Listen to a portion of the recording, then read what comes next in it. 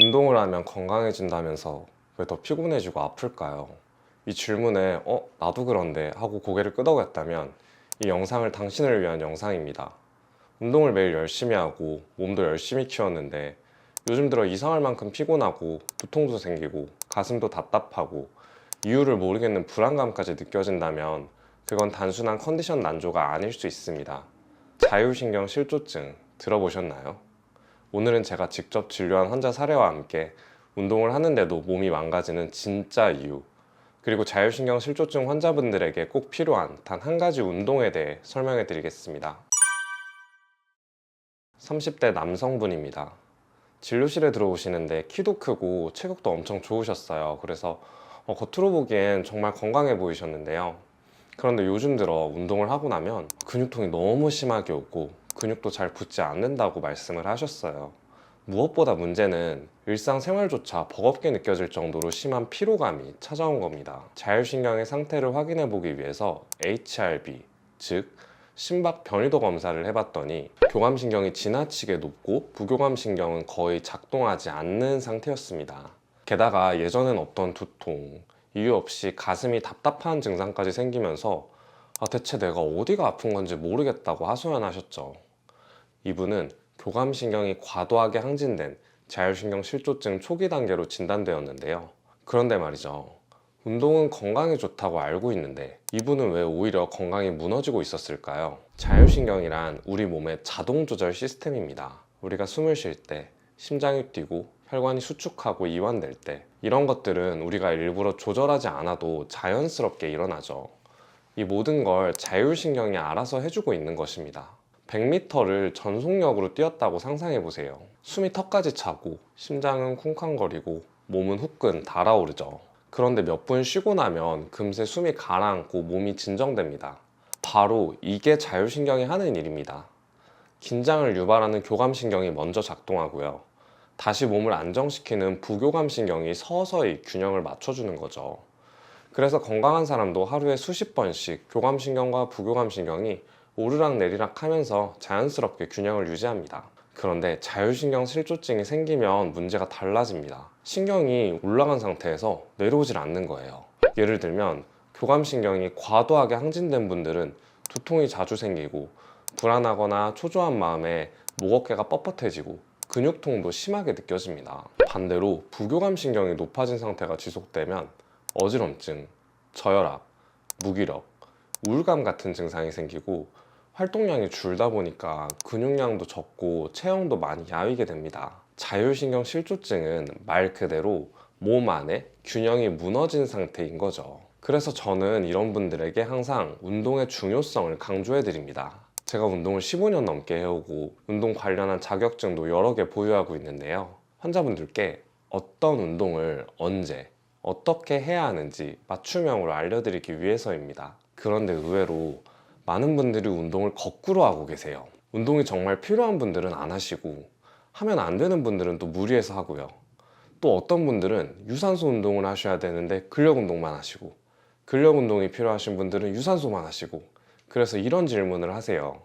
선생님, 저는 자율신경 회복을 위해서 운동도 하고 식이도 조절하고 관리도 열심히 하는데 왜 더 안 좋아질까요? 정답은 아주 간단합니다. 운동을 잘못하고 있기 때문입니다. 그러면 어떤 운동이 좋냐고요? 바로 러닝입니다. 러닝에 대해서 제가 한번 영상을 올려드린 적이 있었는데 많은 분들이 호응을 해주셨습니다. 자율신경 실조증 환자분들이 일단 러닝부터 해야 되는 이유를 말씀드릴게요. 첫 번째 효과는 바로 심장 강화입니다. 혹시 심장이 약하면 자율신경이 무너진다, 심장의 열 때문에 자율신경이 망가진다, 이런 얘기 들어보신 적이 있으신가요? 실제로 자율신경의 상태는 심장 기능과 매우 밀접한 관련이 있습니다. 우리가 자율신경 상태를 볼 때 흔히 사용하는 HRB 검사, 이것은 Heart Rate Variability, 즉 심박 변이도를 보는 건데요. 쉽게 말하면 심장이 쿵, 쿵, 쿵 하고 뛸 때 이 박동 사이의 간격의 변화를 측정하는 것입니다. 이 간격이 불규칙하고 다양할수록 자율신경이 건강하고 스트레스에 잘 대응을 하고 있다는 뜻입니다. 그래서 HRB 수치가 낮으면 자율신경 밸런스가 깨졌다, 혹은 심장 건강이 나쁘다는 경고를 받게 되죠.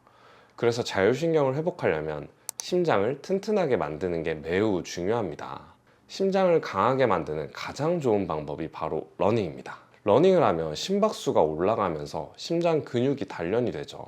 건강한 사람의 심박수는 보통 1분당 60회에서 100회 사이라고 말하는데요. 자율신경 실조증이 있는 분들은 심장박동수가 너무 느린 서맥 혹은 지나치게 심장박동수가 빠른 빈맥이 많습니다. 재미있는 건 운동선수들처럼 심장이 튼튼하신 분들은 심박수가 40에서 50대로 낮아도 전혀 문제가 없어요. 왜냐하면 이분들은 한 번 뛸 때 피를 펑 하고 효율적으로 내보낼 수 있는 힘이 아주 강력하기 때문입니다. 실제로 연구에서도 러닝을 지속하면 심장 근육이 강화되고 1회에 심박출량이 증가해서 심박수를 안정적으로 유지하는 데 큰 도움이 된다는 결과들이 아주 많습니다. 그러니까 러닝은 자율신경 회복뿐 아니라 심장을 근본적으로 단련시키는 최고의 운동이라고 할 수 있어요. 두 번째, 비타민 D 합성입니다. 요즘 비타민 D 영양제를 많이들 챙겨 드시죠? 저도 외부 활동이 적고 햇빛을 잘 못 쬐는 분들에게는 원내에서 비타민 D를 직접 처방해 드리기도 합니다. 그런데 말이죠, 사실 저희 한의원에서도 비타민 D를 판매하긴 하지만 솔직히 말씀드리면 이거 꼭 안 드셔도 됩니다. 왜냐하면 비타민 D는 굳이 먹지 않아도 훨씬 간단하고 확실한 방법으로 채울 수 있기 때문이에요. 우선 왜 비타민 D가 필요한지를 살펴볼게요. 건강보험 심사평가원 자료에 따르면 비타민 D 결핍으로 병원에 간 사람의 수가 4년 만에 거의 3배 가까이 증가했습니다. 2017년에 8만 6천 명이던 것이 2021년엔 무려 24만 7천 명에 달했거든요.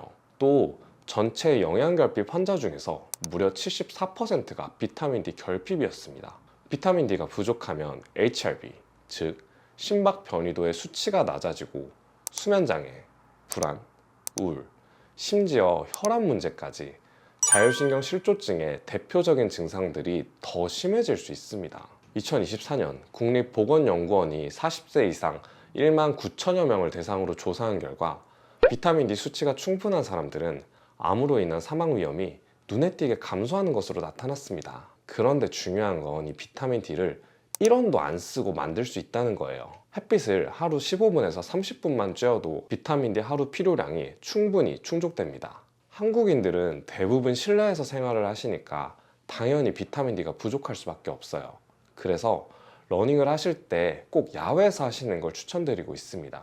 실내에서 러닝머신을 하는 것보다 햇빛을 받으면서 뛰는 야외 러닝이야말로 자율신경의 회복, 심장의 강화, 비타민 D 합성까지 동시에 가능한 일석삼조의 최고의 운동입니다.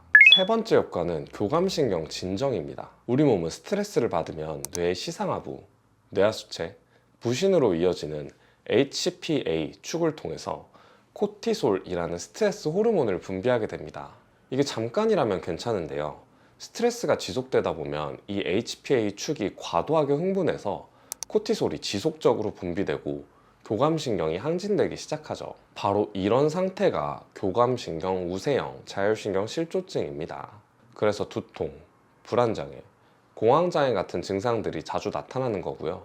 그런데 재밌는 건 운동도 사실 일시적으로는 이 HPA 축을 자극해서 교감신경을 올립니다. 숨이 가빠지고 심장이 뛰고 몸이 긴장되는 반응이 나타나죠. 하지만 여기서 핵심은 지속적이고 규칙적인 운동은 이 HPA 축의 민감도를 오히려 낮춘다는 점이에요. 적절한 자극을 반복해주면 오히려 몸이 스트레스에 강해지고 과도하게 흥분된 교감신경도 점점 안정되게 됩니다. 그래서 자율신경 실조증 환자분들 중 교감신경이 우세한 타입, 특히 두통, 불안, 공황장애가 있는 분들은 무리한 근력 운동보다는 중강도의 유산소 운동, 대표적으로 러닝에 훨씬 더 효과적입니다. 왜냐하면 근력 운동이나 크로스핏 같은 무산소의 고강도 운동은 오히려 교감신경을 더 자극해서 증상을 악화시킬 수 있기 때문이에요. 그러니까 자율신경을 회복하고 싶다면 지금 나에게 필요한 건 강도가 높은 운동이 아니라 교감신경을 낮춰주는 리듬이 있는 유산소 운동입니다. 네 번째 효과는 뇌신경 활성화입니다. 자율신경 실조증 환자분들 중에 보면 이유 없이 불안감이 크고 예민해진 느낌을 자주 받는 분들이 계세요. 내가 왜 이 정도 일에 이렇게 불안한 거지? 왜 이렇게 깜짝깜짝 놀라는 거지? 그런데 이건 여러분의 성격이나 의지가 약해서가 아닙니다. 실제로 뇌신경의 작용, 특히 감정을 다루는 영역의 과활성 때문인데요. 뇌를 스캔해보면 이런 분들의 편도체라는 부위가 과도하게 활성화되어 있는 걸 자주 보게 됩니다. 이 편도체는 불안, 공포, 분노 같은 부정적인 감정에 예민하게 반응하고 특히 그런 기억을 오랫동안 저장하는 역할을 해요.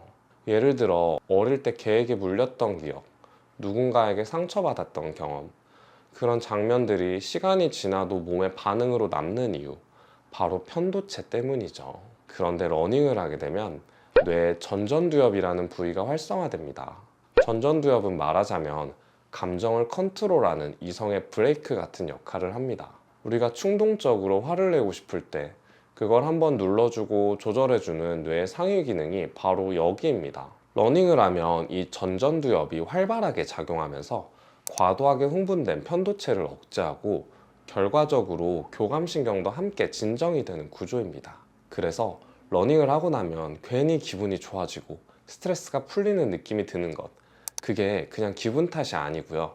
실제 뇌의 구조가 반응한 결과라는 거죠. 정리하면 러닝은 불안한 감정의 뇌 회로를 재설정해주는 운동입니다. 감정 조절, 스트레스 해소, 자율신경 안정, 이 모든 걸 동시에 가능하게 하는 강력한 방법이죠. 다섯 번째 효과는 집중의 전환입니다. 통증이 있을 때 그 통증에 대해 계속 생각하면 오히려 더 아프게 느껴지는 경험이 혹시 있으신가요? 그런데 또 반대로 무언가 다른 일에 몰입하다 보면 나 방금까지 아팠는데 좀 괜찮아진 것 같네?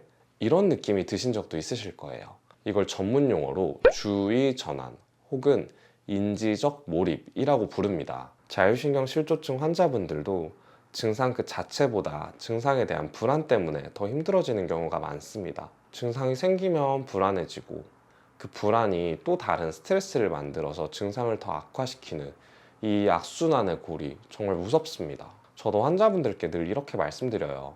이 불안에서 벗어나셔야 몸이 회복이 됩니다.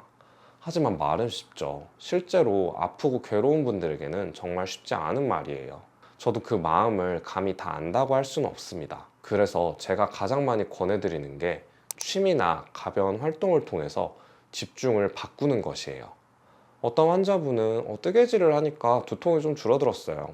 아니면 친구를 만나서 수다를 떨다 보니까 소화가 좀 잘 되더라고요. 이게 다 우리 마음이 통증과 증상에서 잠깐 떨어져 나온 상태, 바로 집중 전환의 효과입니다. 저도 이걸 매일 실천하는데요. 저는 러닝을 할 때 일부러 핸드폰을 두고 나갑니다. 대신 스마트워치만 차고 몇 킬로 달렸는지만 체크해요. 뛰는 동안에 연락도 안 받고 SNS도 못 보고 그냥 몸의 리듬에만 집중하게 됩니다. 그 30분, 1시간이 지나고 나면 머리가 맑아지고 잠시나마 온갖 걱정에서 벗어나 내 몸과 마음이 쉬는 느낌이 들어요. 그리고 확실히 자율신경 증상도 그날은 가볍게 지나가는 걸 저도 몸으로 느낍니다. 실제로 저희 환자분들 중에도 달리기를 처음 시작하신 분들이 달리기를 하고 나면 하루는 몸도 가볍고 마음도 덜 불안하고 그런 것 같아요. 이렇게 피드백을 주시는 분들이 정말 많아요. 지금 날씨도 너무 좋잖아요. 오늘 하루 딱 30분만이라도 스마트폰에서 눈을 떼고 탁 트인 바깥에서 러닝으로 내 마음의 방향을 바꿔보는 시간 꼭 가져보시길 추천드립니다. 오늘은 자율신경 실조증 회복을 위해 꼭 필요한 운동, 바로 러닝의 5가지 핵심 효과에 대해 말씀드렸습니다. 자율신경 실조증을 겪는 분들은 특히 완벽주의적인 성향이 많으신데요. 그래서 운동을 하라고 하면 하루에 한두 시간씩, 러닝도 10km씩 너무 무리하게 시작하시는 분들도 계세요. 그러실 필요가 전혀 없습니다. 대충 쉬엄쉬엄 내 몸에 맞게 천천히 하셔도 충분히 괜찮아요. 처음엔 하루 10분에서 15분 가볍게 걷기부터 시작해보세요. 체력이 좋아지시면 그때부터 조금씩 늘리면 됩니다. 제가 가장 추천드리는 기준은 하루에 30분, 최대 심박수의 80% 정도의 강도, 일주일에 3번. 하지만 이건 어디까지나 권장 기준일 뿐이고요. 가장 중요한 건 내 몸이 편안하게 느끼는 수준에서 시작하는 것입니다. 오늘 영상이 자율신경 증상으로 힘들어하시는 분들께 조금이라도 희망과 실천의 계기가 되셨으면 좋겠습니다. 영상이 도움이 되셨다면 좋아요와 구독 잊지 말고 부탁드릴게요. 여러분의 회복을 늘 응원하겠습니다. 저는 다음에 더 좋은 영상으로 돌아오도록 하겠습니다.